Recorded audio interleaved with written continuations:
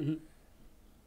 I think we're live. I think that's doing the thing we want. It says it's receiving content. That's a good sign. You never know what that means. What kind of content could that be? Good. Looks like that's up. So I think we are live. Look at that. I think it would be fun to throw a little pie up in the corner Mm-hmm. as a confidence return, so you can see what yeah. Like there, and then have the That way you can always be like, Mm-hmm. and if you set it up with like VLC or something like that, where you're pulling it in, you might be able to get the audio VU meters, so you can see if there's audio. Cool. Without, Yeah. Mm-hmm. Anyways, hey Yeah. folks. Good idea. Hello. Hello everybody. So we are back. I need to let the folks in the chat room know, and we are live at here. Nope, not that. Here. Cool. So they all know we exist. Have we got audio? Yeah, hopefully. Made that mistake recently. Classic extreme health issues. Always a, what's going on here? So we are good. The oven. That's right. So I got a thing going on in the oven. A thing. He's always got some great idea cooking somewhere. Bun in the oven. Wait, no. A bun. Toaster. So we're gonna have some fun times talking tonight.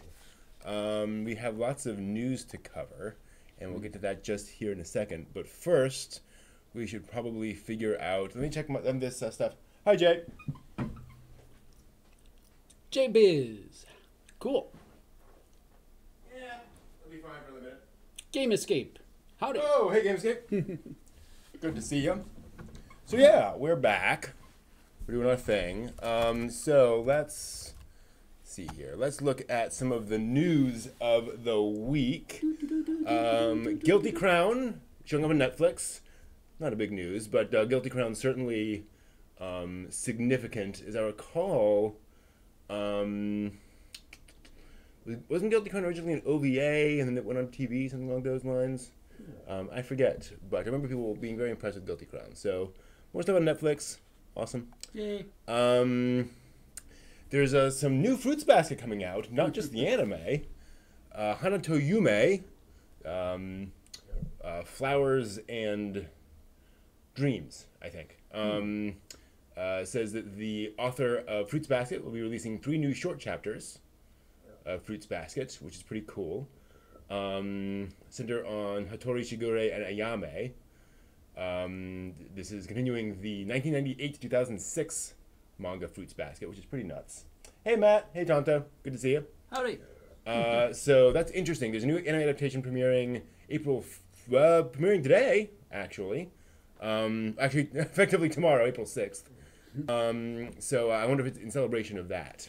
Who knows? But more Fruits Basket, never a bad thing. Maybe, I don't know. So we have our Spike, ladies and gentlemen. The live-action Cowboy Bebop series is moving forward, and we have our initial cast. Spike is being played by John Cho, which you all may know as Sulu in the new Star Trek movies. So he's going to be our Spike Spiegel. That seems about right. Yeah. He seems like a reasonable thing. Jet being played by Mustafa Shakir, who I think was in Django Unchained, if I'm recalling correctly. That's a pretty good Spike, pretty good Jet. Definitely looking right. Daniela Pineda playing Faye. I can definitely see her as Faye. She has that Faye look to her. Yeah, definitely interesting. Vicious being played by Alex Hass. Yes. Yes. That can definitely be a Vicious.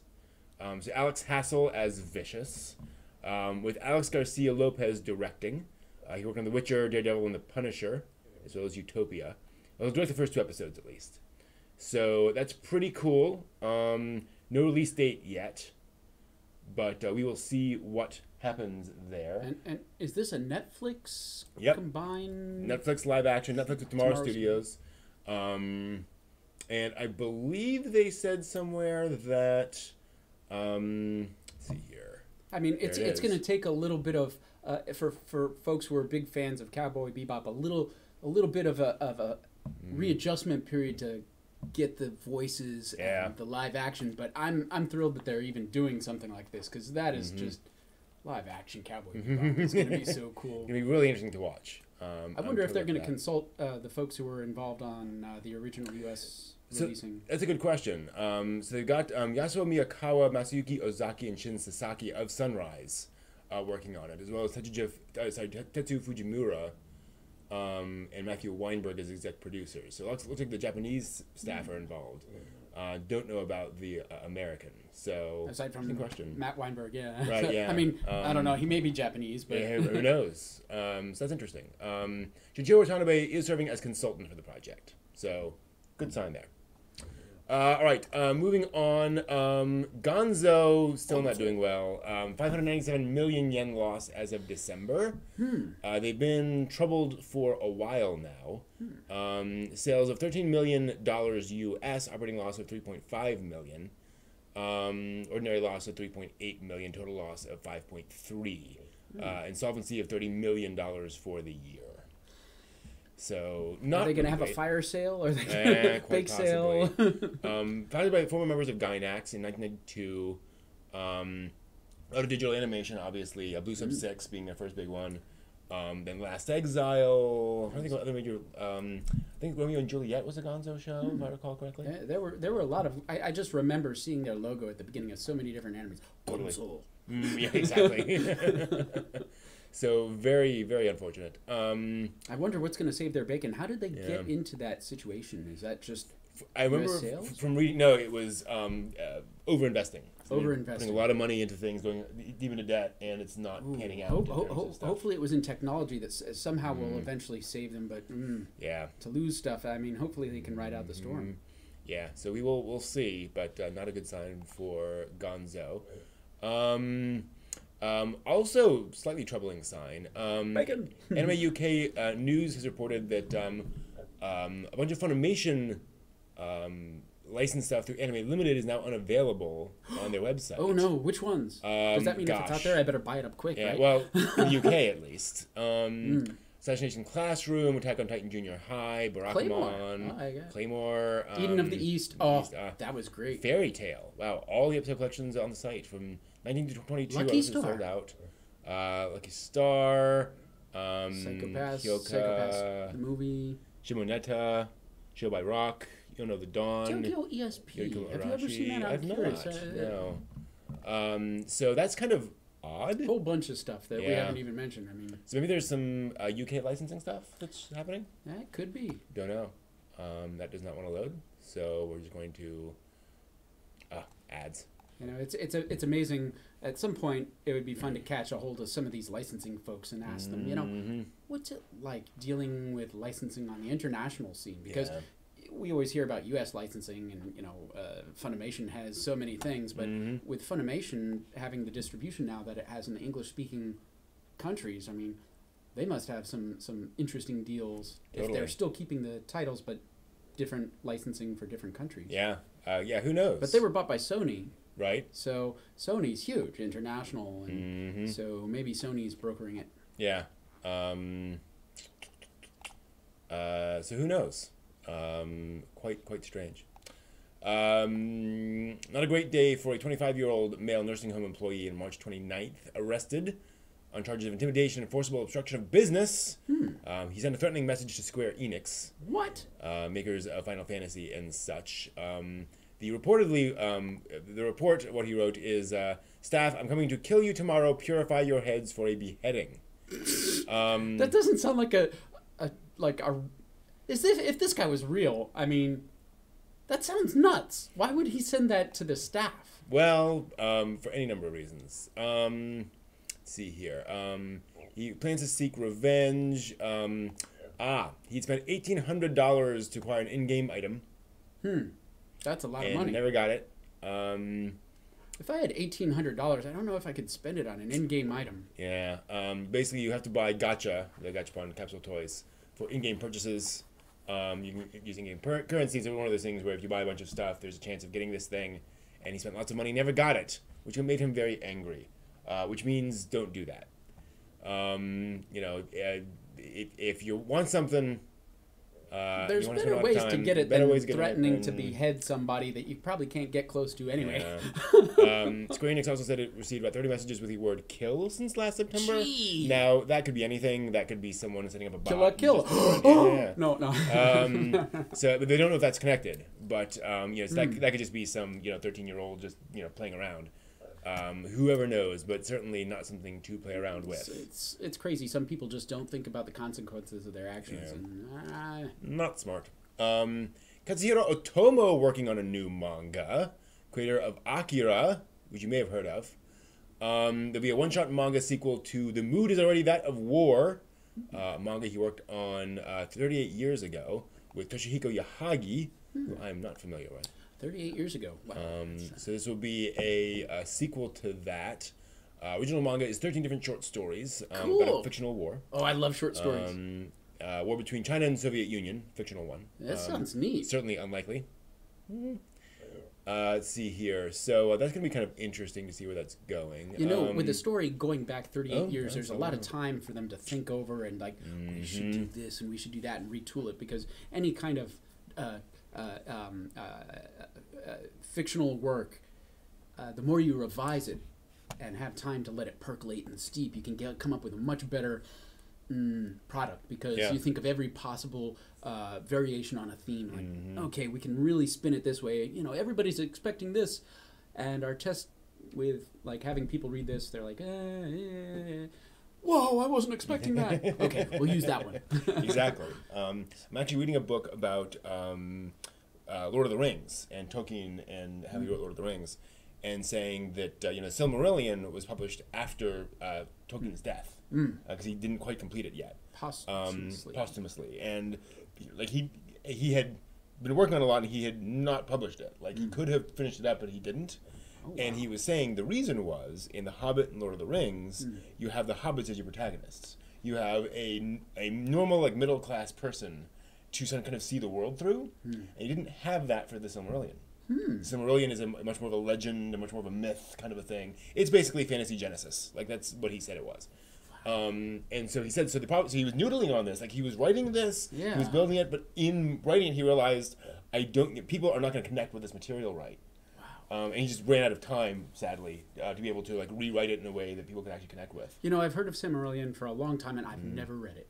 Yeah, got to read it now. I've tried, and actually this book was really helpful, and we'll get back to the news in a second. It was really helpful because it provided a lot of that context to say, look, this is meant to be like a Greek epic poem, right? It's not meant to be, an entertaining romp the way those other things are. It's meant to be structured. It's meant to be very symbolic. So you have to approach it that way, realizing mythical, it's not going to be Lord of the archetypical. Rings. Right. It's not an adventure story the way Lord of the Rings is. And the Lord of the Rings is a weird adventure story. I mean, by that standard. But still, it's very interesting. And it's like a fine wine, exactly. You kind of have to appreciate it. It's very different. Exciting to see that. And this comes on the heels of Tomo's been saying for a couple of years now that he's working on a new full-length work. He's planning, to do something that is going to be, targeting an older audience. All the stuff that we want out of a Tomo. The folks have been clamoring for decades. So maybe this is it. Yeah. We'll see. And what was the name of that again? That is called, in Japanese, Kibun wa Senso, which translates as that the mood is already that of war. Which is pretty cool. Yeah. So we'll see where that goes. Very interesting. Crunchyroll's announced they will be releasing the new Fruits Basket anime, which debuts sort of today, depending on where you are. Today or tomorrow. Today or GMT tomorrow. -5. No. So not a huge surprise that Fruits Basket is coming onto Crunchyroll, but pretty cool. This is the remake of the show, entirely new Japanese cast and staff, as requested by the mangaka. The original Fruits Basket anime is a little controversial. It kind of went in its own direction with the characters and the story. It seems like the U.S. dub is going to have a lot of recurring voices, so the continuity should be... That's actually an interesting question. Yeah, so it looks like that's really interesting. So what that means is the Japanese staff is new, but much of the English staff is returning. Laura Bailey, Chris Sabat, Eric Vale, Jerry Jewell. Fascinating. Justin Cook. Justin Cook, wow. Chris Sabat, good for him. Yeah. Kent Williams. Yeah, it's a lot of classic English voice actors there. I mean, Justin Cook's been producing so many things for Yeah. so long. It's interesting to see him back in a voicing area more. Yeah, so that's pretty cool. Good to know that is there. Crunchyroll will be showing that in the U.S., Canada, UK, Ireland, Australia, New Zealand, South Africa, Iceland, Sweden, Norway, Denmark, and the Netherlands. Now, for those most of there. those places use a lot of English. I know that Norway and Denmark, pretty much everybody that I talked to spoke English there, although I wish I had more Scandinavian language that I could speak with. But if I didn't, they were like, okay, we understand, we don't know. That's So it sounds like a big English release. Totally. More news on the live-action Akira film, actually. Continuing to work on that. Tetsuo. It'll shoot entirely in California because it'll receive an $18 million tax credit for doing so. Wow. So no big shock there. Hey, take the tax credit. And, you know, we all know why that's happening. Vancouver. Vancouver has been the go-to place for so many films because they don't have the same problems with unions. There's tax credits. There's so many benefits. So now the U.S. is going, hey, we want money. We're not going to get any of the money if we keep imposing the taxes. So if we reduce the taxes, then at least we'll get some tax through secondary means and return. Yep. So we'll see how that goes. 71 days of filming planned, which over 2 months. That seems about right for that kind of a scale. Let's see here. $92 million in qualified spending, including $43 million in wages to 200 below-line crew members, more than 5,000 extras. Hey, anybody out there an extra? So I got to say here, that makes me very happy. Yeah. Akira is a movie. You know what? Here's the thing. I cannot think of any scenes in Akira, the anime film, that have 5,000 people in it. And there's some crowd scenes with a good number of people in it. Yeah, I remember some crowd scenes, but 5,000 people is a lot of people. I saw 5,000 extras in like later volumes of the manga, though. I wonder. So I wonder if they're like flash probably forward or not going to something. tell the Yeah, so that's interesting. I wonder what they're going to do. Now, this will be a spin story. Also, that could be 5,000 extras total. It's not in one scene. There's so some here, scattered some around. there. Yeah, and we could get extras. 250 extras this day, this day, this day. This day we need 1,000. So yeah, but that's good. It's definitely going to be an epic. Glad to hear that. Let's see here. Taika Waititi, Thor Ragnarok and Hunt for Wilder People, confirmed that he is still working on the project, but not whether he's the director. Which is kind of interesting. Ragnarok was fun. And what's interesting is he's confirmed that he's going to adapt the manga, not the anime. So, in other words, go back to the original manga source material as the source material and go from there, which, I don't know. I mean, I think the anime was a pretty darned effective adaptation of the manga. So what do you do? Yeah, you know, I think it's great to, as a person who primarily watches anime, it's great to have auteurs go back to manga and give me new story, new stuff that I haven't seen. Because a remake that's just like completely sticking to the original or is just a meltdown of a series it doesn't really, you know, it pleases me because it's something I'm familiar with, but it doesn't add to the thing. See, here's what I'm hoping. That I don't burn the thing in the oven. I'll be right back. Ah! 1 second. He's got a hot idea cooking.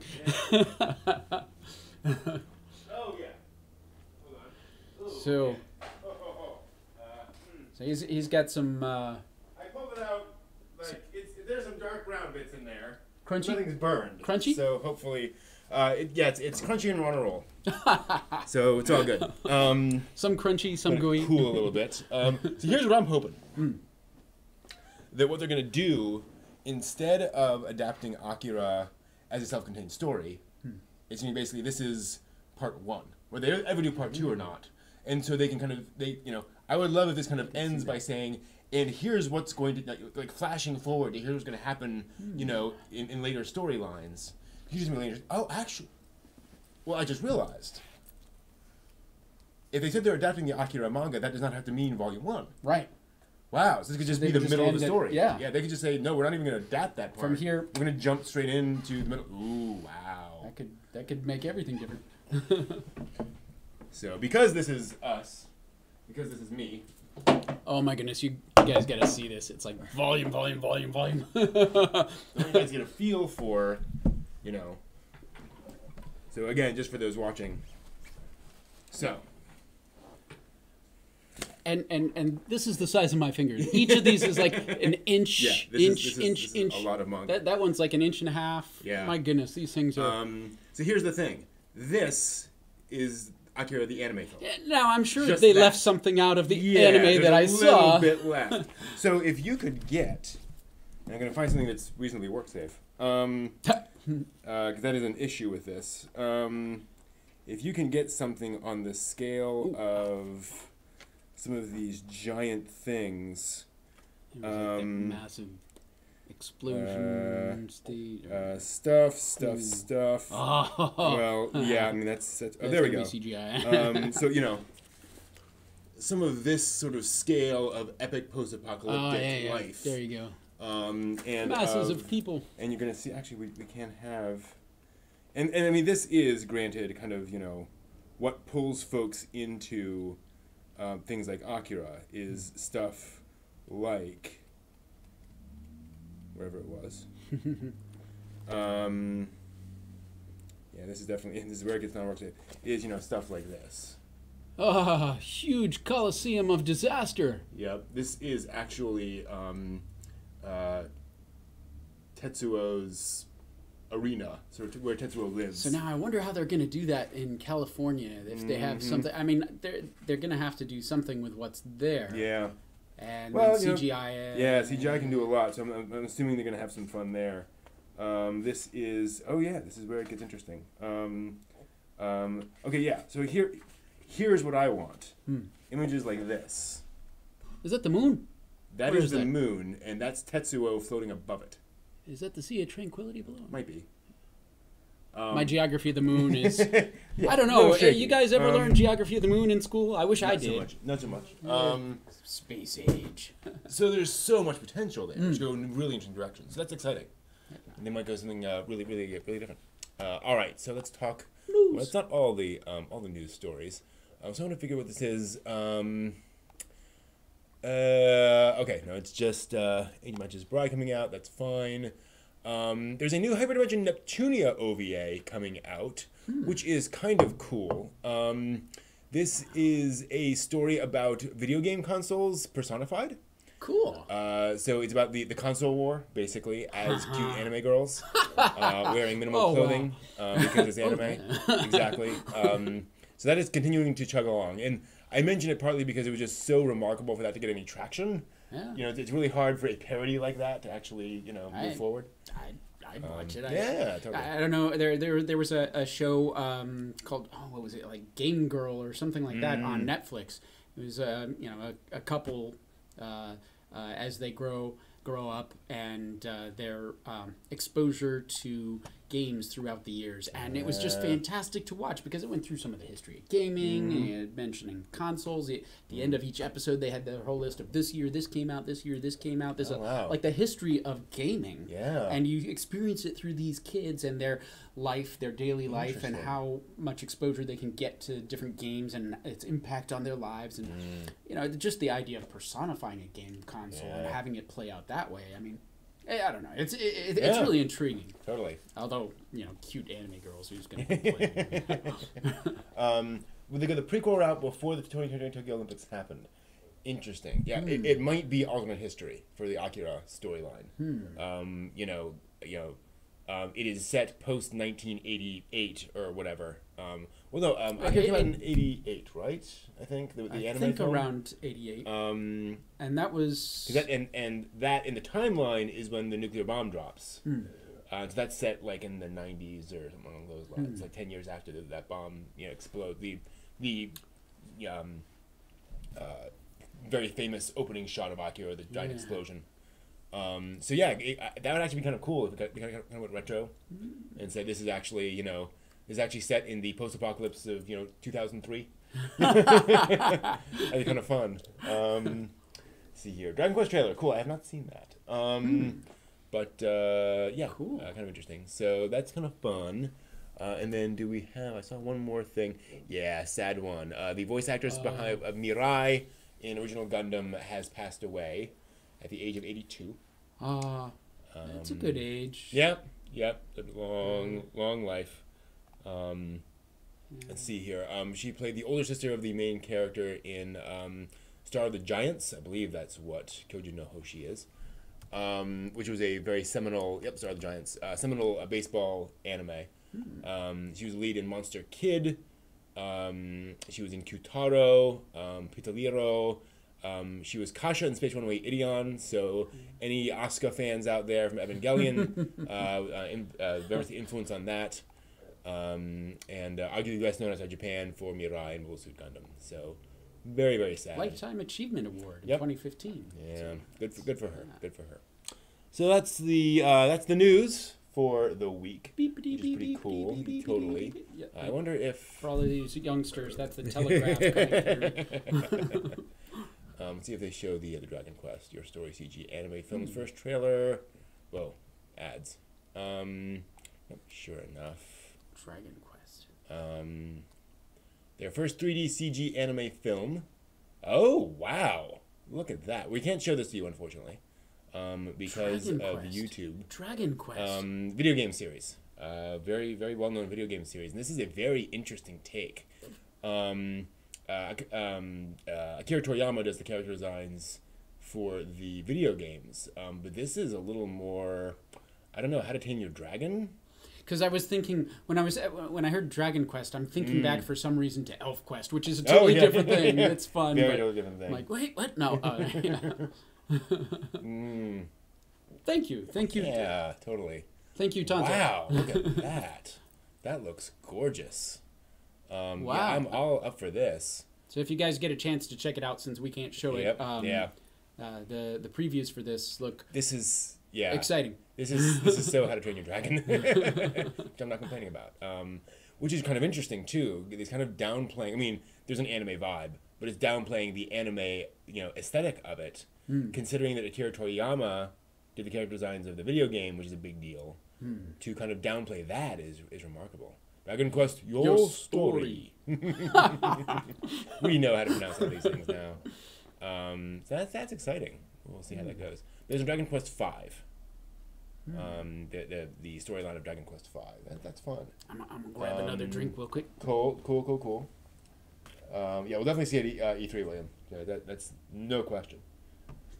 I have not gotten a chance to get any of the Dragon Quest games. I would like to at some point. Zelda getting a Labo thing, I think it's not at all surprising. Zelda is Zelda. Zelda is one of the biggest franchises for Nintendo. I think it's more remarkable that Nintendo allowed a third party to make a Zelda game. I think that's kind of shocking. Legendary. Yeah. So I'm glad I actually get to talk about Akira. Because I want to talk tonight, among other things, about remakes. Because we got the Fruits Basket remake coming out. We had the Boogie Pop remake come out last season or the season before that, I think. So that was a big deal. Was it Berserk? Did they Berserk? Yeah, we had that a couple years ago.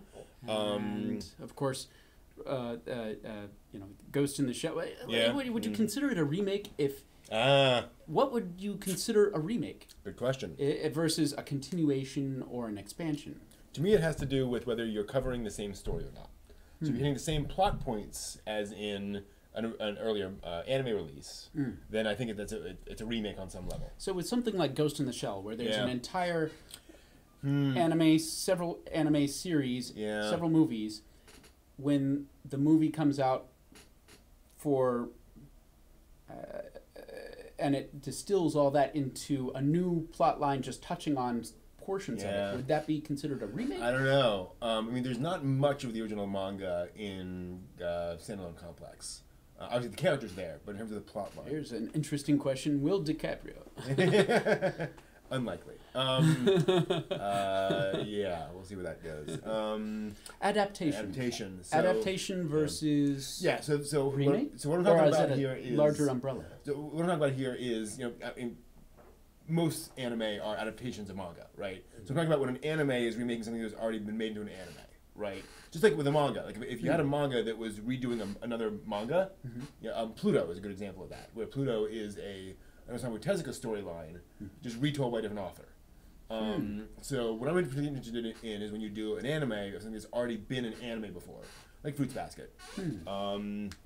So would Kitaro, Full example. Metal Alchemist versus Full Metal Alchemist Brotherhood, would that be considered? Oh, yeah, that's a good question. I would call it a remake because you're hitting the same general plot points. Obviously, some episodes will be redone or whatever, or be different. So having the same characters doesn't necessarily make it a remake, but having similar plot points, similar sort of story arcs. Yeah, hitting those same basic sort of hero's journey moments. It seems like there's almost a scale of these. Like one's more of a remake versus an adaptation, and at certain points in some of these things, well, they're referring back to give the newer viewers a frame of reference, but it's not like retelling it, so it's a flashback. But if you're familiar with the previous, then you can take that and put it into the concept of the new story. And a good example of kind of that question mark round, I think, would be Astro Boy.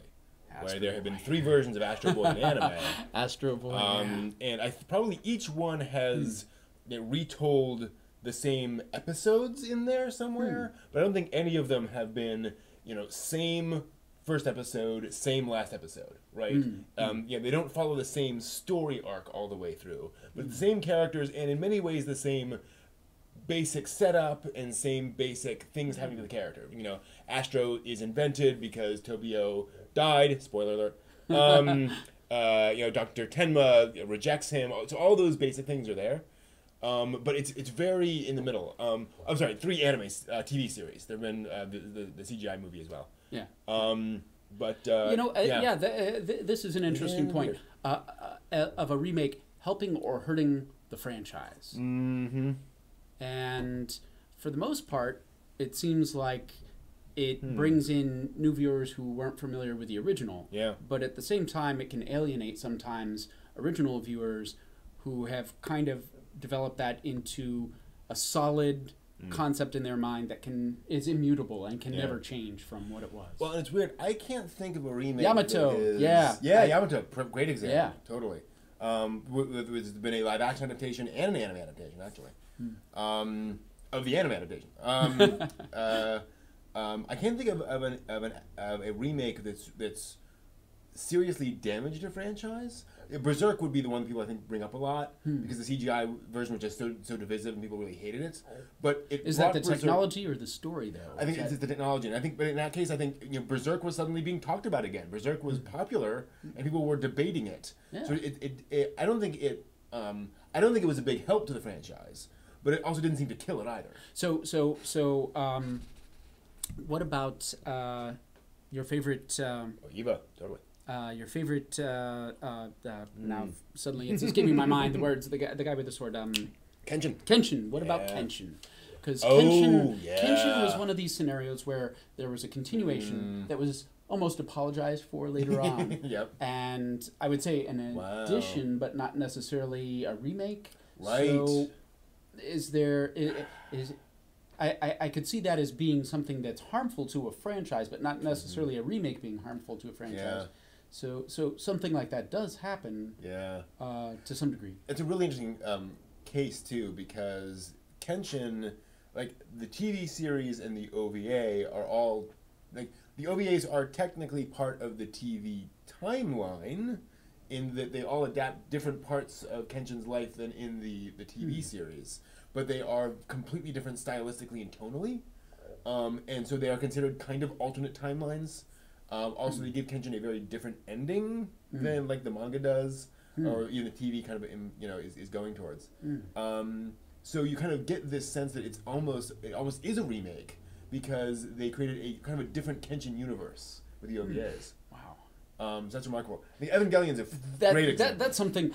Explain Evangelion to me. I'm confused. 1.0, 2.1, 2.2. I'm just absolutely.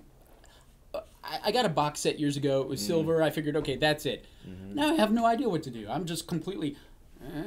is this retold? Is this a different ending? Is this like what it should have been? Is this like different story altogether? So I'll tell you what happened. I think I actually know why they did this. Because a few years earlier, Yoshiki Tomino of Gundam announced he was doing a 3-movie remake of Zeta Gundam. Now, Zeta Gundam was the second Gundam series. Very remarkable for the fact that it was very high quality animation, very dark storyline, and the ending was tragic. So not Hollywood. No. Everything wrapped up in a nice bow. Everybody's happy, lives happily ever after. No. No. You know, more Requiem for a Dream kind of an ending. Not quite that bad, but you get the idea. Very, very dark. The other dude. Yeah. Hey, dudes. I change my hair every time I come here. It's like long, it's short, I have a beard, I'm incognito. But so that happened. And what they did is like they actually reanimated large chunks of that TV series for the movie. And like the first movie is basically like the first 10 episodes or so kind of condensed down. As the second one is the same thing. And then the third one, I think it's valid to say this, changes the ending. So like different things happen to characters at the end of those movies than at the end. I'm talking like some characters who, you know, like life and death things. Would that be considered a remake then? Yeah, that's the thing. Is that, you know, I would argue that is kind of a remake because it is telling a different story with those characters. And then like 6 months after that came out, Anno announced, "Hey, I'm going to do an Evangelion remake with out of 3 movies." Wonder where I got that idea.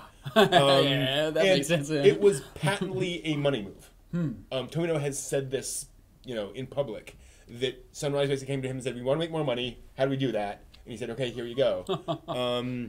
Gonzo, listen up. Yeah, hey, you know, Last Exile 3. But yeah, so you have it's this idea that you have this successful thing that is very well known, but it's also kind of controversial. If you remake it and also importantly, like change it. Not only can that be an interesting thing for the creators to kind of sink their teeth into, it promotes controversy. Yeah. People talk about it, people complain about it. Buzz. Bad news, good news, doesn't matter. It's in the news. Yeah, exactly. And so I think that's what Anno did, is he said, let's do that. Also, I think it's worth saying that I think, you know, Anno is a creative person. He believes in the creative process, in the sense that he believes in, for lack of a better term, creators' rights. That, you know, a creator has the right to rethink his or her creation and to go in whatever direction that the person wants to. Revise. Oh, totally. I have a better ending. Yeah. So I think he sees nothing wrong with going back to something he made, you know, several decades ago, no matter how revered, and rethinking it and going in a completely different direction. And so I think he's doing that again, partly because, hey, why not? But also partly to kind of restructure things and come up with a hopefully more effective way of doing it. And then, of course, you have this idea that they did the version in theaters, and then, as is so often thing in anime, you make the TV version and then you tweak things for the DVD release. They do that for the movies. Quick release for TV, and then we'll fix it up for post-production for mass release on hard copy. So they did version numbers, basically. So 1.1, 1.2 are the different releases as they clean things up for each of the releases. 1.1. So yeah, so 1.0. Which is the original. So 1.0. Yes, 1.0 was the theatrical release. Original theatrical release. Okay. 1.11 was, I think, the original DVD release, and 1.22 is the Blu-ray release? Something along those lines. And so, like limited edition versus special edition. So what's this 2.22? That is the most recent release. Okay, so 1.11 is the first movie. 2.22 is the second movie. Okay. And 3.33 is the third movie, and on and on. 33 and a third. We're spinning around. Hey, there we go. So yeah, it gets really weird. I'm gonna have to focus. Sometimes I just have to kind of give the focus a bump. Exactly. So yeah, Evangelion Multiverse, basically. You've you know what we crisped and clarified some of that for me. Hey. Well, that's the other thing too. I think is that it is a multiverse. You know, to some respect, Anno came into this as a fan. Like he was a fan first, and so I think he respects, you know, Dojinshi. He respects fans having their own takes on characters, their own takes on the universe. So he said, "Why can't I do that too? Why can't I go back to my own universe and do my own version of that universe?" So I'm curious. At what point does a person consider themselves an otaku? When they know the difference between a manga and a doujinshi? Do we all consider ourselves otaku? I mean, at what point do we become otaku? Because just these concepts they're not limited to otaku, because there's all sorts of U.S. series that go through remakes, and you can see old movies that are suddenly remade into in the U.S. But we're specific towards manga and doujinshi and anime movies and animation world animation. Yeah. But we also spill into sci-fi. Do we all consider ourselves otaku? It's weird, and partly because I think that term is also shifting. I think people now say, I think people can now say that they are board game otaku. In American, people will know what that means. So I think the term has kind of broadened. I hate to be the gatekeeper for a the fandom, concept, right? It's hard to. But I think if I were to say it, I think otaku means strong fan. Yeah. Right. So not just I've heard of the thing, not just so Game of Thrones would be a good example. Game of Thrones. If you have heard of Game of Thrones and watched 3 episodes, you may be a fan, you may like it, but you're not an otaku at this point, right? Otaku implies you've dug into it, you've watched all of it, you've read the books, and again, maybe you're 6 months into that and you haven't gotten to all that yet, but you spend a significant chunk of your time on that thing. I think that kind of fits the definition a little bit. Daikon 4 opening. Hey, I love it. Are. I love it. That is totally. That is a great. And now I can never listen to ELO the same again. Totally. I mean, I listen to it. I'm like. Someone once a couple of years ago, when the last Twilight movie was coming out, I posted on Twitter, "This is the only Twilight that will ever actually matter," and posted ELO's Twilight on Twitter, and it got a lot of likes and people enjoyed that. That kind of crazy.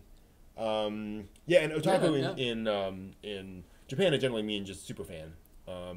I wonder if that's getting any better light than it has in the past, because it was kind of like, if you are an otaku, you can use the term, but if you're not, it's offensive. One of those kind of double standard kind of things. Well, stop sending threatening messages to Square Enix. Oh my goodness! Come on, I can't believe that. Yeah, I mean, I can understand him getting mad. Sure. Because that's a lot of money. It's very frustrating.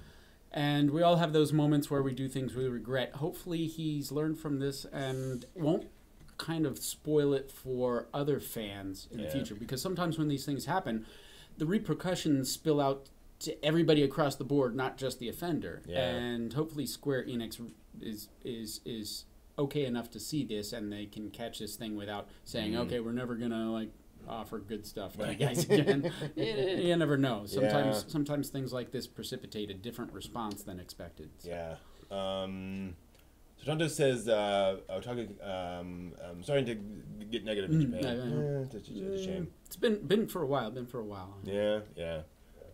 Who knows? And I think part of it too is the fact that otaku are, by definition, kind of obsessive, right? Like that's if you're a super fan, you care about this stuff really, really, really strongly. And having that focus of where you've spent a lot of time in your life makes the cultural touchstones less frequent. So when you come into a conversation with somebody, you have a limited set of topics that you can pull out and have a common ground with. Like back in the US years ago, we had like 4 TV stations, and you either saw one of those 4 or you didn't. So when it came a water cooler time at work or at school, there was this subject. Did you see this? Blah, blah, blah. And so people would have a cultural reference point of shared common interest. Now there's so much diversity. People can geek out about so many different subjects. When you come together, having those skills to be able to share it in a way where people are not familiar with it is a great asset. And sometimes people become so obsessed with their interests, they don't really get a chance to think of, okay, how do I frame this so that somebody who's absolutely clueless can enjoy it the way I do? And so it's kind of a morphing thing. But so I think a great example of otaku, I think Shirobako did this. Shirobako, can you refresh our brains on that? Shirobako is an anime series set at an anime studio where they're making anime. If that isn't meta enough for you. And they have various stuff going on. Again, I don't remember if this happens in Shirobako or some other take on this. But there's a scene where they go to meet with Hideaki Anno on some question of what's going on and something. They talk to a mentor. And they go to his like living room to sit down and chat with him. And they go in and he sits down, and sitting behind him on, against the wall is a 5-foot-long Yamato. Yeah. And nobody says anything about it. Right? Yamato! But, like, this is... Okay, this is clearly somebody who's kind of obsessed. You don't put a 5-foot Yamato in your living room unless you really like Yamato. What a conversation piece. Yeah, totally. But it's accepted because they're like, we're in the industry, we know what this is. So it's not completely apart from, well, of course the guy is. But to imagine that in real life, you go over to somebody's house and they've got a 5-foot Yamato. Wow. Yeah. Speaking of... where do I find one? Maybe very happy. Tested, Adam Savage's YouTube channel. One of the most recent videos was on applying like rust and age to a model. Oh. And they used a Yamato model for it. Cool. Yeah, it was really cool. Oh, I've got to check that out. Yeah, and they mentioned, it's from Yamato and so forth. They spent like... The video is like 20 minutes long, but obviously they spent hours. Just adding, shadows and rust and all that stuff to it. I have got to check that out. It's pretty cool. I have so many models that I want to build out, but I want to do them in the diorama, do some good painting jobs, because, out of the box I can do it without, doing the painting and decals and stuff, but being able to make it so that it shows like battle damage or realistic sort of, like a movie prop, like 2001, all that stuff was bought off the shelf at hardware stores, put together, designed, and you think about how much modeling went into that, and it was just stuff that was found, kit bashed, just you name it, and the creativity that a person could put into something that is an original idea. It's mass produced, but now it's a variation on a theme, kind of like a revisitation or a remake of... So speaking of, and a great example of this topic and of being an otaku, Star Wars, the first Star Wars movie was completed, was almost completed on budget and on time. And the only thing they had left to do was the initial scenes of the attack on the Corellian Corvette and Princess Leia and all that stuff. And they're going to reuse these corridors from the Millennium Falcon and just kind of redo that as the corridors of the this Corellian Corvette. And it looked appropriately dingy and lived in and so forth. And George Lucas apparently said, no, I have an idea. And he said, I want you to redress these to look clean and white. The contrast. And crisp. Yeah. And no one could understand quite why he was doing this. They just put the movie over budget, over time. Oh, but. And so the opening shots of Star Wars, you think about it. Yeah. Beautiful, shot of space. These two ships, this long shot of ships, the laser bolts. And then you get these bright white corridors. Yeah. That look just like the clean corridors. And pristine. But I never realized it was the same corridor. Which looked just like the corridors in 2001. Yeah. Right? When you think back on those, that looks like 2001. I've got to go back and look at that again. Which is not what the rest of Star Wars looks like at all. Right? Star Wars famously very dingy, very lived in. Yeah. And then what happens? A bunch of guys gather, get really worried, and George Lucas literally blows the door off of 2001. Right? Because what you see is... And that was literally his message with that movie. Science fiction up to this point has been clean, crisp lines, very, carefully, made models and all that kind of stuff. All these hero shots of these models going through space. No. Now I've got, World War II space. Very looking very the dirty, reality very of hard. Space. Exactly. Hey, we could fix this or we could survive. Okay, well, we're going to make sure that we survive first, and then we'll fix it when we have budget. Realities of owning a car. Yeah, exactly. Realities of owning a spaceship. Hey, this is curious. The Smithsonian. What? Oh, they have the filming model of the original Enterprise. Yes, I've got to go to the Smithsonian. It's a beautiful model. It's huge. It's about yay long. I mean, I only see one arm. How big is that? This makes maybe 6 His feet wing long. spread. It's big. Okay. It's a beautiful model. And it is kind of, it does have some, the some paintwork on it, obviously. That make would it look be a little fun bit, to get some pictures of. I got to go there and check it out. It's really cool. So and George Lucas was a sci-fi otaku, right? Like, he understood the symbolism of that genre so well that he knew that by saying that, by doing that in his films, sci-fi fans would get it. Oh, this is a new way of doing movies. Or if you're a sci-fi fan, you'll grok it. Yes, exactly. Yeah. When I first started hearing that term, I was like, "What grok?" Yeah, that intuitive understanding where you grasp everything at a glance, sort of a holographic sort of. Oh, aha, Satori moment. Complete understanding of all things. From Stranger in a Strange Land? I believe so. Highlight. Yeah. Great author. If you get a chance to read his stuff. There was an audiobook that I heard of his that was regarding time travel, and it was fantastic, called By His Bootstraps. Okay, if you get a chance to hear it. And I love time travel because it's so loopy. It's funny. We were talking about this the other day. There aren't a lot of time travel anime. No. Yeah, Steins Gate. Mirai, technically. Other than that, I know I've seen something. I'm trying to place it though. I mean, it has Toshi Kon's work, but that's all just kind of alternate, reality. That was it's sort of the psychology of. Yeah. I just watched that recently too. Oh yes, yeah. So yeah, it's kind of interesting that we don't really deal with. Time Stranger. Time Stranger. That sounds familiar. I'm curious. There's one from the 80s, I think, or early 90s. Time Stranger, that's what it is. Yeah, thank you. Yeah, very, very weird. Tonight I'm going to be drifting off to sleep, and I'm going to think of like 3 of them. I'm exactly. Oh, I should have said.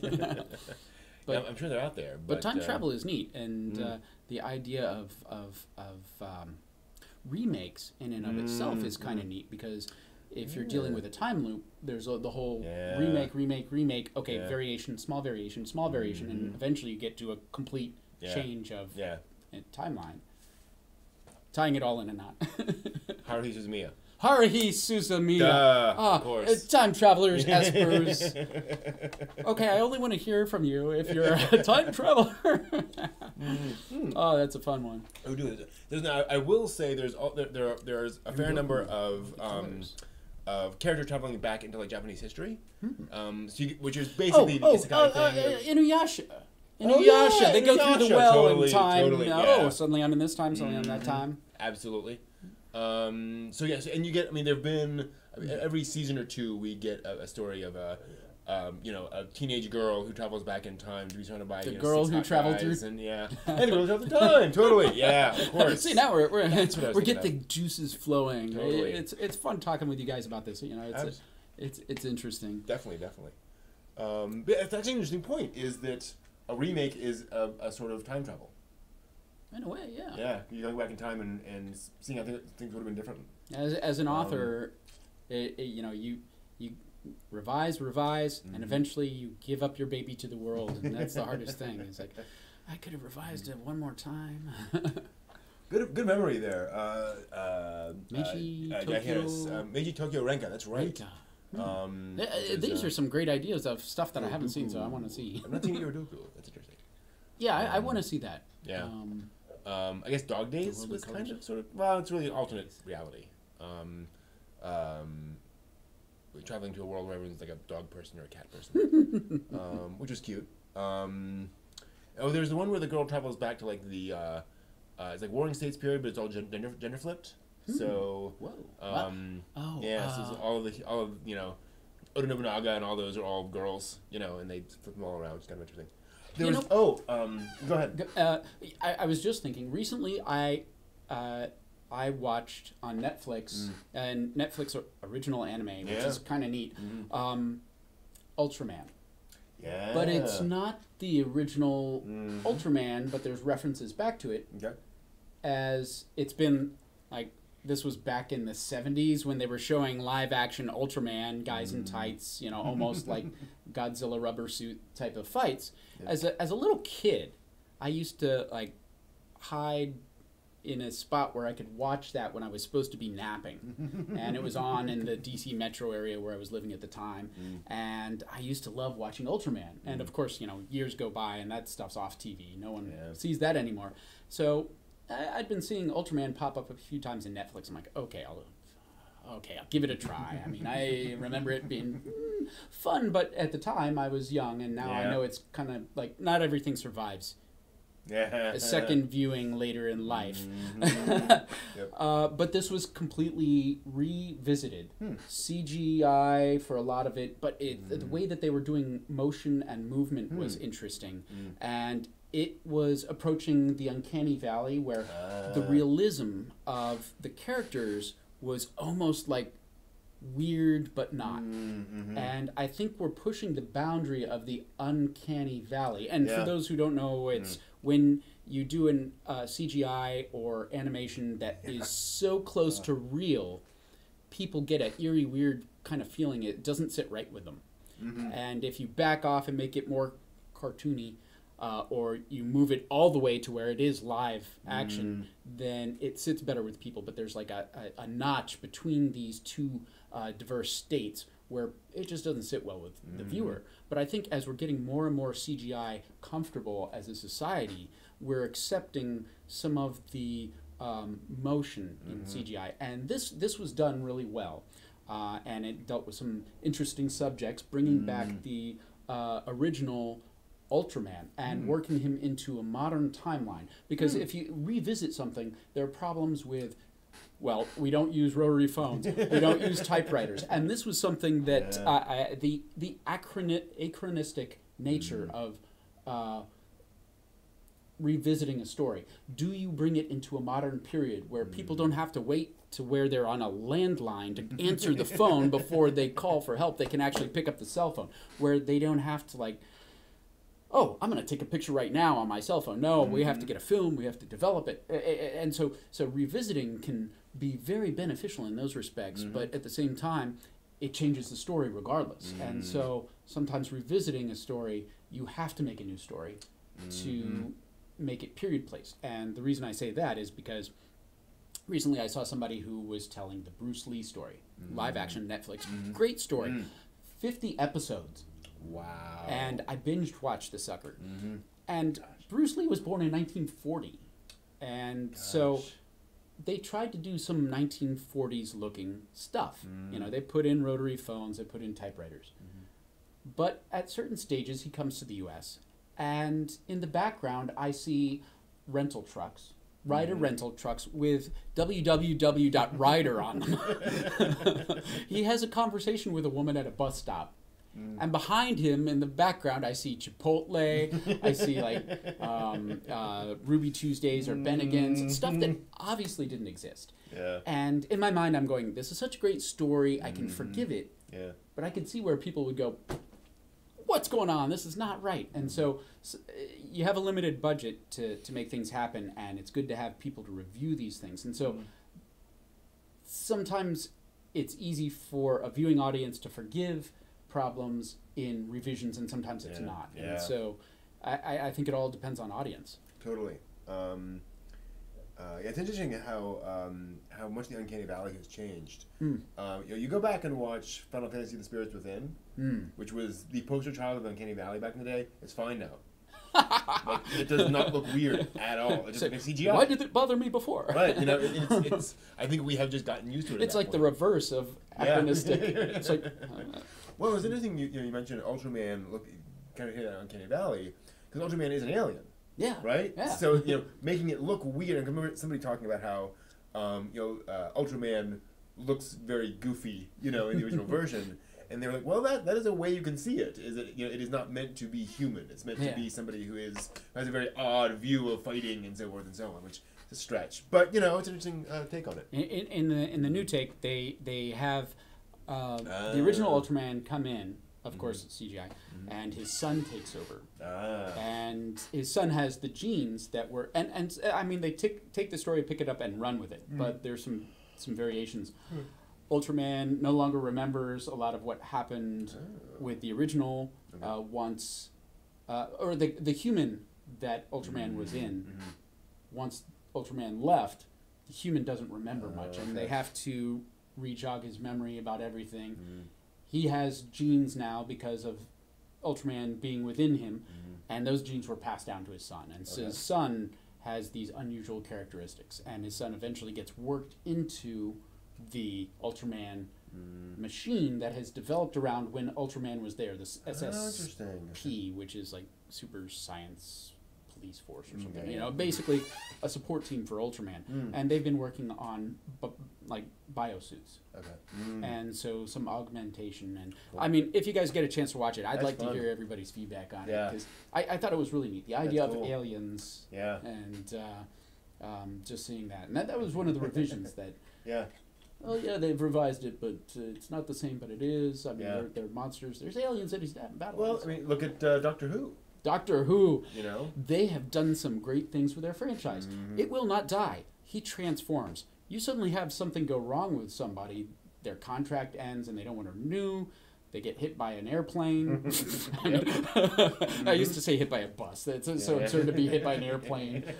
But yeah, that is a fantastic way of continuing a franchise without limiting it. And they can reinvent the whole franchise on a dime, which... that morphability is. And kind of the fun thing is that and obviously New Who is not a remake, but it is in that sense. But it is very much a rethinking of that for kind of modern television, of saying, here's this thing that existed back decades ago. How do we use the same elements, but present it in a way that a modern audience can appreciate, right? Where some of those elements just seem a little goofy or seem a little ridiculous. How do we make them a little less ridiculous or a little more scary or whatever? Like with the Daleks, where they very deliberately made the Daleks this mysterious threat and kind of built it up over the course of that season very deliberately. And the Daleks are still absurd villains. But at least you can go somewhere with it. I watched the rest of that a Doctor Who movie, by the way, that they did on Riff Tracks, and it's wonderful. Because the Daleks are a ridiculous enemy. So you're talking about anime, they practice the different theater types in anime. Let me think here. So I can think of Japanese theater in anime. There's the Rakugo. No theater. What was the one with the no theater characters? There was actually a character, and they had some Shinto stuff. The mask. Was it a Gundam? No, it wasn't. Gasaraki. Gasaraki. That's the one. So Gasaraki has kind of no powered mecha. Yeah, that was weird. That was a wild one. It's a strange anime. Worth watching, but very weird. Definitely worth watching. There's Benron Rakugago something which came out I think last year. It's about a guy who is very obsessed with Rakugo, which is a traditional style of sort of kind of stand-up comedy, although you sit down. But basically, so you sit down. So a guy would sit down and then just start extemporaneously sort of telling a story in a very humorous way. Oh man! So you know how this is, you know how that is. So it's more of a long form story. Sit down stand up. And it is a performance. You do this for like an hour, right, with an audience. It was very popular back in the day, and this is like a multi-generational story. Man, I'd like to see that in an anime convention. Yeah, totally. Yeah, I would go to that. That would, And the neat thing is, as I recall, it's set in like the 1960s when that style was kind of dying out, and so it was about somebody who got interested in the form right at that period where there are still masters around. It's still practiced, but folks are like, this is not going to last. Like we know, we can tell the trajectory of this medium.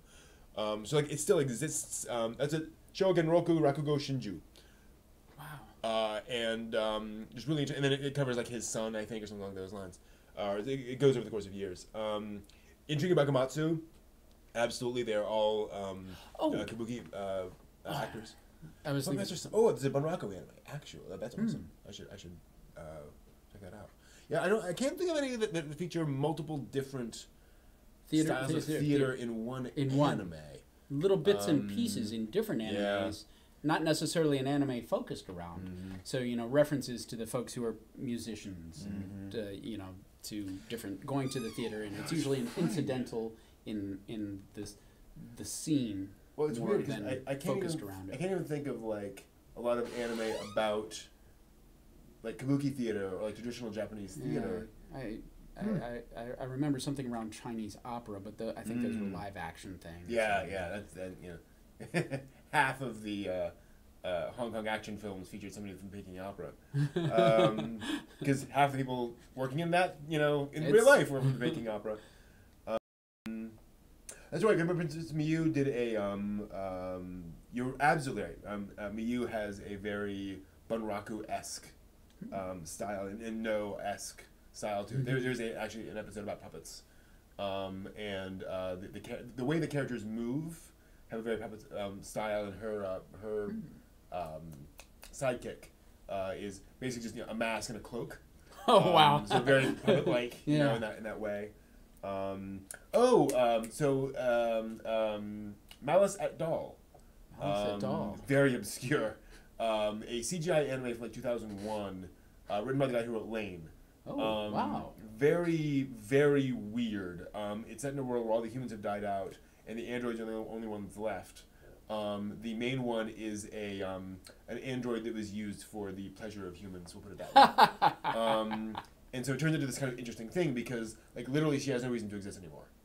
Yeah, if there's no more humans. Then... Yeah, that was her raison d'etre. The existential robot. Yeah, but because it was CGI in 2001, they were the shots are very static.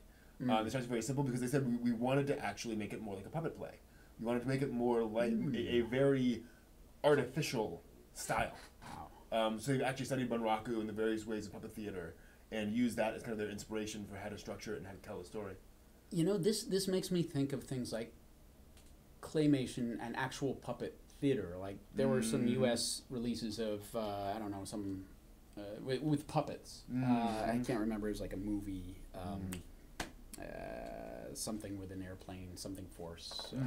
Okay. But different ways of telling a story that are not necessarily anime, or draw from these things and put it in elements into anime, and it's kind of weird the way you get stuff that's very abstract to very real in all of these different areas, and so puppetry being realistic but abstract at the same time, and then you get things like South Park. If you look at the early days, I mean, they're construction paper cutouts that are moving, and then they got budget and made it 3D and other stuff, and, Maya. But yeah, there's a brilliant European. I haven't seen that. Yeah, I'd like to see that. There's a brilliant European puppet film called, I think, Strings, which is an obvious title, but it's a Homeric epic with puppets who are aware they are puppets. So they live in a world where everyone has strings that go up into heaven, and they can all see these strings. So, for example, people live in the city, and the gates to the city are just a stone thing that they raise up above the entrance of the city, because no one can enter if there's an obstacle above, because your string will hit this thing at the top of the entrance. Wow. And that's how you keep people out of your city. Prisons are just pits in the ground. Because they can't go. Yeah, because you can't go out of it, and there's the strings get gathered or whatever, and if your strings get cut, you die. Basically. Wow. And so, the story opens with a king who has been found with his strings cut. Ooh. Right, so he's been murdered. It's this really interesting thing. Yeah. What was the name of that? I think it's called Strings. Strings. So you look for European puppet movie, and you'll see it. Very interesting. I've not checked out Kamikaze Girls. No, I would like to do that. Yeah, I've heard the title. I can't remember where.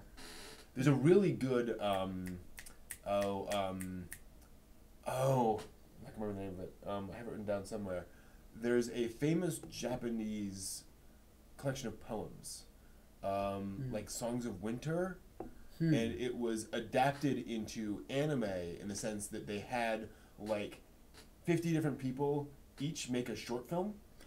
I like that. Yeah. I remember hearing something like that in like an obscure anime panel. Yeah. The idea, I think, is something that should be run with, because there are certain stories in different cultures that everybody's heard, like growing up, that's been around forever, and having a bunch of different production crews retell the story and then hearing it from all the different perspectives, the way they design their characters, the way they tell the story, what point of view they take it from. It could be fascinating. It's kind of like when you hear a band and they have a great song, years later there's tribute bands that, hey, this is like the 800 millionth year tribute to the Rolling Stones, and other new bands will perform the old songs with their own flavor. And being able to see different production companies throw in their own flavor, different directors, different designers. It would be fantastic to see that kind of thing. Yeah. Gonzo, listen. Yeah, totally. That's my theme for tonight. Yeah. Get Gonzo. And that's kind of the cool thing about things like that, is that you get like they had European, animators make stuff. They got like Russian animators to make some of these things. It could be a truly international effort. Yeah, and that would be even better, because then you get something that has the flavor of the cultural background of each of these. This is a good question. What's a good slice of life or more romance anime? Now that slice of life, there's a whole bunch of different slice of lives, and adding in romance. Slice of life romance. Now I remember a slice of life romance is something like my what was it? My wife is a high school girl, or my husband is a high school girl, or something. Not a high school girl, high school. I don't remember. There's something like that I watched in like 2007 on Crunchyroll before. No, not even before 2007 maybe. I don't know. It was a long time back. It was before Crunchyroll went legit. And there's Slice of Life has a lot of great things. I mean, Quiet Country Cafe I like. I mean, it's a little bit different than the ordinary slice of life, but that's so. I guess I couldn't really say fully slice of life. I would probably go with Please Teacher. Please Teacher, that's a neat one. Yeah. I like that. Because definitely some romance elements, but it's more about your living. Actually, Fruits Basket. I know there's a bunch of really good ones. Element. What was Honey and Clover? Oh, Honey and Clover. Honey and Clover, I think, is a good one. It's sort of a group of students, art class. I don't think I've watched the entire series, but what I watched was realistic. People dealing with their relationships, with, okay, am I going to be able to come to school next year? How am I going to pay for things? Okay, we're all snowed in, and what are we going to do? What do you think about Culture Club, the Oran High School Oran High School Host Club? There we go. No. I'm thinking of what's the one where they had the cult. It was an anime club that was like weird culture. Genshiken. Yeah. Genshiken. I don't know how much realism there is in that, but I felt like there was a little bit of. Okay, so these are lives of people. Okay, it's taking it a little bit further, but I kind of got a feel for some of the. I don't know. Yeah. What would you say is your favorite slice of life? Favorite slice of life? You know the answer to that. Quiet Country Cafe. Yeah, I gotta say, Quiet Country Cafe. Now, granted, there's some not like life in it. Oh yeah, sure. But failing. I mean, one of my favorite recent ones is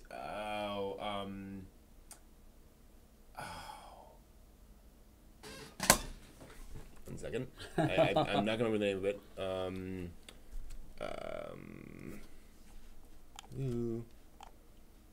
Oh wow! I need to close out some of these tabs. 1 second. Gazillion tabs open. Gazillion tabs open, and all of them running flash ads, I believe. No. Hey, I want it to be enough. Run by 4 guys, and it's kind of their adventures running the cafe. Very the guys there. They don't have any people that they romance there. It had a fairly long title, like 4 words along those lines. Our Car Under the Bridge. I've heard good things about that. Haven't had a chance to get to that one yet. So much anime to watch. Always so much anime to watch. This is gonna be anime. One of the guys at this cafe really loves doing, the coffee art. Oh yeah, the latte thing art. yeah. That's And pretty he's neat. horrible at it. Oh, that's funny. So he'll make like an owl, and it'll come out and just be the most horrid shape ever. And he's so proud, And folks go like, that's that reminds nice. me of the end of the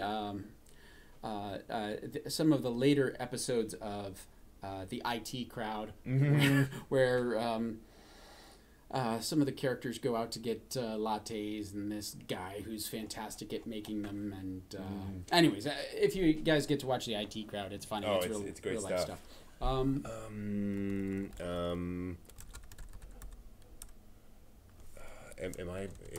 Is my photo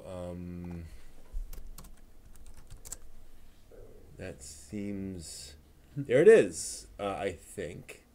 Roku Hodo Yotsuhiro Biori, is that it? I had something in the back of my mind. That's that it. Was... Roku Hodo Yotsuhiro Biori, if you're interested in it. Which is a lovely little manga about running a little restaurant. Traditional Japanese, like, sweets cafe. Cool. And just, having customers and dealing with customers and all that kind of good stuff. Some cute characters. Fun things happen. It's a nice one. Oh, you know Slice of what? life. There's a few that I've enjoyed about Dojin work. Which I thought was funny. It's it was a fun one. I remember in my early days of like first going to conventions, there was a panel where somebody was asking for people's favorite animes, and at that point I only had a fan sub of it. There wasn't any releases in the U.S., and I mentioned it, and somebody was like, I don't even believe that exists. Oh man, I just watched. Was I smart enough? I'd like, look, I have it in my bag, but some of those things about people getting together for drawing, that actually showed Big Sight, which is the convention center in Tokyo. And for the longest time, I was like, yeah, it's an anime, whatever. And for some reason, they mentioned Cat Cafe, which is like spelled like which cat cafe. I don't know anything. It was a cafe where you've probably seen these things where you go into a cafe and there's cosplay going on, and they'll do special stuff for your food, and there's those exposures. The fan sub was kind enough to throw in, this place exists, check it out, this place exists, check it out. It's the kind of thing you don't get in some of the official releases of anime when it's licensed in the U.S. So I got online. I looked it up. I was like, that giant Big Sight building that looks like something from Neon Genesis. It looks like an angel coming to attack Tokyo. That thing exists. And so I looked up the Cat Cafe. That exists. I could actually go there. And so when I was traveling, I went... It's Big Sight. It really exists. This place does exist. Yeah. So some of those things where, the story may not necessarily be like slice of life completely, but it may refer to all sorts of slice of life qualities. Those things are great. So I'd say look at some of those. Like Dojin Work was a fun one. There's also one. There was another one with a similar concept of like a drawing club. Oh yeah, one or two. Comic Party, I think it was. Yeah, Comic Party. Yep. Yeah.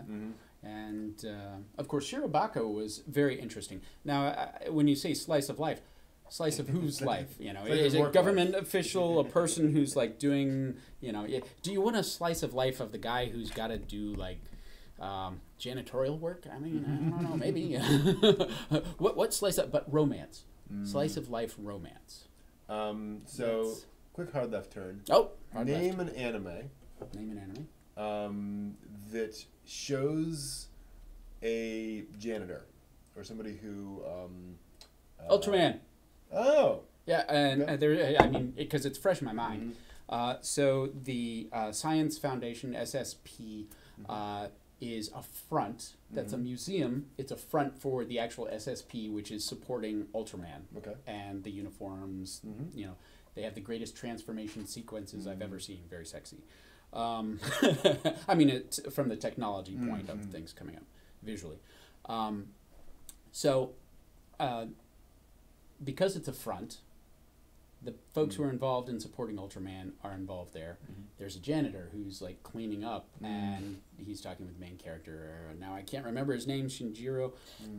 And Shinjiro's like, okay, I'm just working here as a part-time job.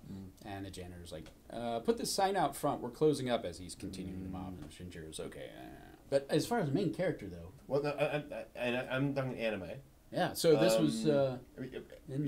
Any anime involving a scene with a janitor or a garbage truck or anything like that. Suddenly I think of the Dilbert series, which is not Japanese animation, but he's always talking to the genius garbage collector guy who's got all the answers. And, you know, I'm hard-pressed to do that because most of the time you see kids in school doing the cleanup. Yep. The self-cleaning type of thing. Everybody has their own responsibilities. It's hard to find some of those. Do you know of one?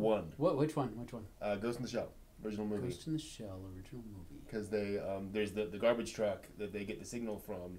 That's right. That's right. Those guys were driving the truck. Right. Yeah. And the poor guy gets his brain. Yeah. So here's the thing. Taking out the garbage used to be a low caste job. That makes sense. In Japan, and so it is. Nobody wants to do it, and so like it is a thing that you don't show in media, or more accurately, it's a thing that you would not show in the past, and so because it was never shown, people just don't think of showing it anymore, right? It's not that those people are low caste. That's like Disney. There's nobody who actually collects the trash. It goes down a chute into the subterranean tunnels where the... So you never have to look at a janitor? Oh my goodness. Yeah, it's kind of pretty crazy. Wild to think about it. Cells at work. I mean, again, sort of a slice of work life. Whoa, what cells at work? That's the one where the cells are individual. Yeah. That's true. Yeah, he's wearing a janitor uniform. That's true. And about fishing. Fishing elements in the one with the rock guy, Beck. Mongolian Chop Squad. He has a whole... one of the characters has a fishing pond outside of his house where they just, have the fish swimming around and they're fishing off of the... I mean, it's a kept stock fishing. There's got to be fishing in One Piece somewhere. Depending upon what kind of fishing you're talking about, fishing for what, you can say that there's fishing in Evangelion, because there's the sending out and reeling in that when they're on the aircraft carriers and they're trying to reel in this angel. I haven't got that yet. That's about as big a fish as it gets. Toriko. I haven't seen what else? They're constantly eating fish. I mean, the kids standing in the stream grabbing at the fish and then put them on the stick to eat them. So that would be they're fishing in the one with the two samurais, the sunflower samurai guy. Oh, the Samurai Champloo. Samurai Champloo. They do a little bit of fishing. I mean, but all about fishing. Yeah, just about fishing. Which is surprising. We have camping. Camping anime. Which one was that? Euro Camp. A laid-back camp. Anime series about high school girls go camping. That's the entire concept. It's fantastic. Non-Biori? Yeah, I guess there's probably... I haven't gotten to that point in Non-Biori. I'm just amazed at the collective knowledge that you guys I know. have. Fishing. That's weird that you don't really see fishing in anime. Oh, it is an adult sport. What was the movie where a guy comes in from a warring alien dimension and he's stuck on the planet? It's like Gargantia. Their whole life is based around fishing. There's an episode of Space Dandy, which is all about fishing. Catching the inagiri or something like that. This mythical fish that only comes out every 15,000 years under a blue moon that doesn't exist, and that was a fun episode. Cool. It was very abstract, and of course that whole franchise has that sort of abstract look to it. But I'm just gonna fishing Google. anime. Yeah, I'm curious. Best fishing anime. Gander Musashi. Super Fishing Grander Musashi. Okay, well there you go. So there's Tsuri Baka Nishi, which is looks like a very goofy one about fishing. Puka Puka Juju.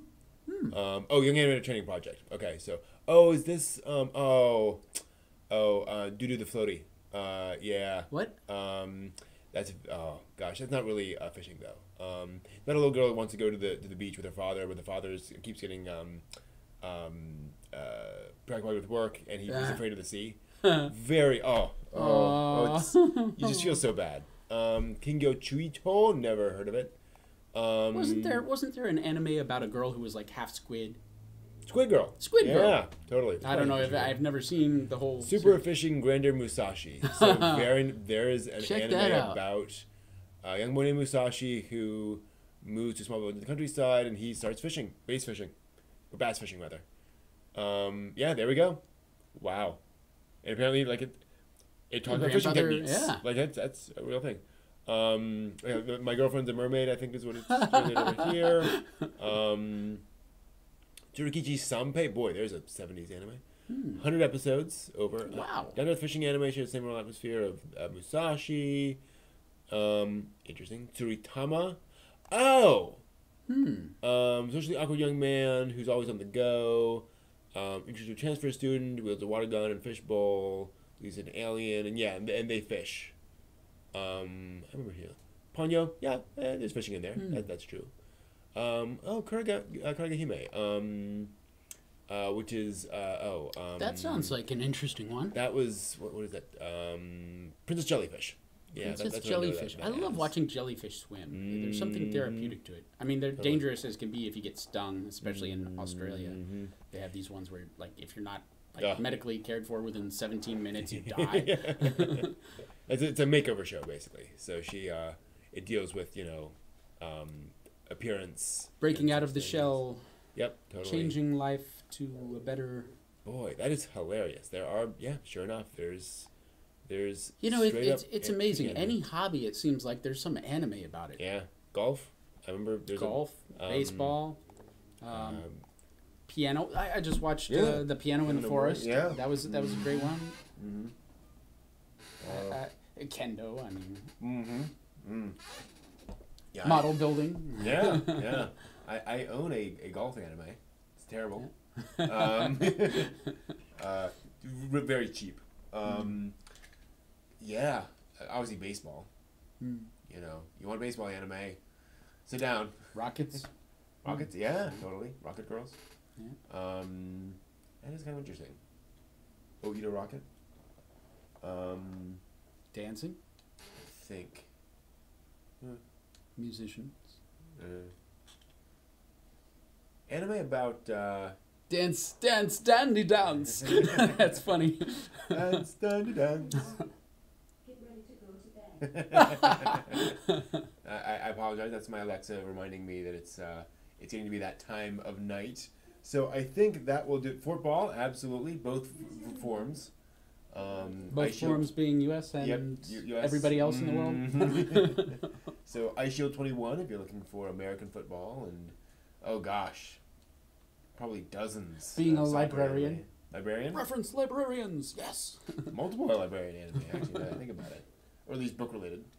I want to see an anime about a typewriter repairman. I'm never going to see that. Oh, I'm sure you will. Oh.